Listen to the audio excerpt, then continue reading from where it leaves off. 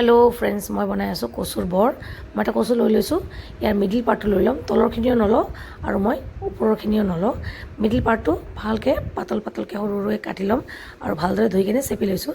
কেঁচা জলকীয়া দুটা সৰু সৰুকৈ কাটি দিছোঁ। এটা ডাঙৰ পিঁয়াজ সৰু সৰুকৈ কাটি মই ইয়াত দি দিছোঁ। ইয়াত মই এতিয়া নিমখ দিম এচামুচ আৰু হালধি দিছোঁ মই হাফ স্পুনতকৈ অকণমান বেছি। ৰেড চিলি পাউডাৰ দিছোঁ মই হাফ স্পুন আৰু জিৰা ধনিয়া পাউডাৰ দিছোঁ মই 1 স্পুন।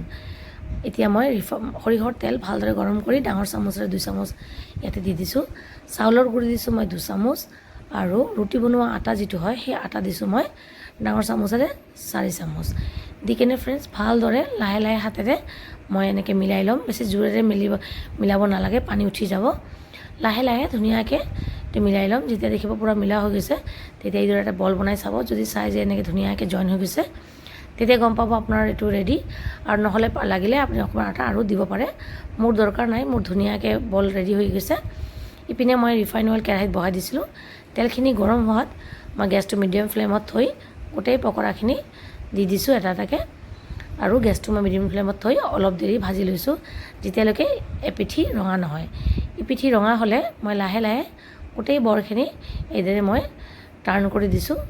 লাহে লাহে মিডিয়াম ফ্লেমত থৈ ভাজি লৈছোঁ যেতিয়ালৈকে ৰঙা নহয়। এয়া নমাই দিলোঁ। মোৰ কচুৰ বৰ ৰেডি, খাবলৈ বৰ মুচমুচীয়া আৰু বহুত টেষ্টি।